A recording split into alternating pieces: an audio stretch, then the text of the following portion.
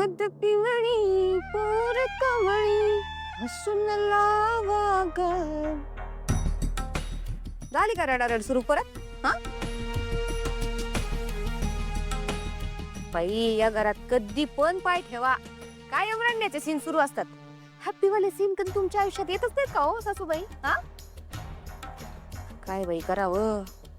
ते नाही का ब्लॅक अँड व्हाईट सिनेमे असतात, त्यातली ती गरीबडी फॅमिली असते, एकदम तंतोतंत तस्सच्या तस्स कास्टिंग असतो. तुम्ही लोक ऐका ऐका, मी काय म्हणते ते जरा ऐका. काही करायचं की नाही? हा हे काही विचार केलाय की नाही केलाय? सावलीला एक कळत नाही हो, पण आपल्याला अक्कल आहे ना. तुम्हाला म्हणून सांगते बर का, आपल्या जावई बापूंची हळद चालू आहे तिकडं.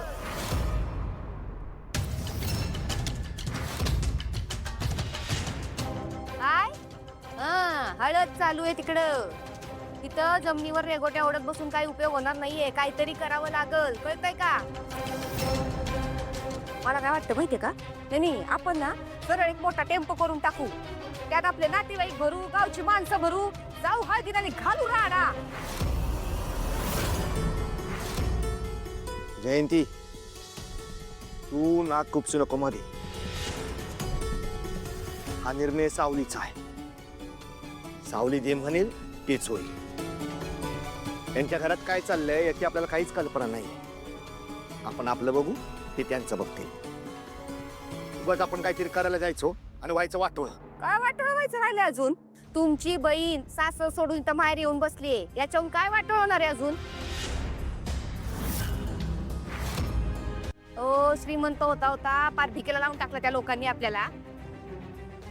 आणि मला काय वाटतं माहितीये का, मला वाटतं की ह्या सावळीला त्यांनी स्वतःहून जबरदस्ती घटस्फोट देऊन इथं घरी पाठवून दिलंय. हा जयंती, तू तुझं थोबाड जरा बंद करते का?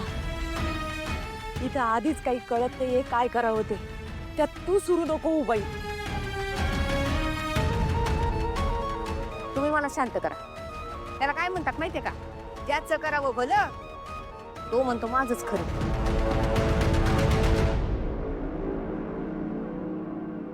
करा काय करायचं ते.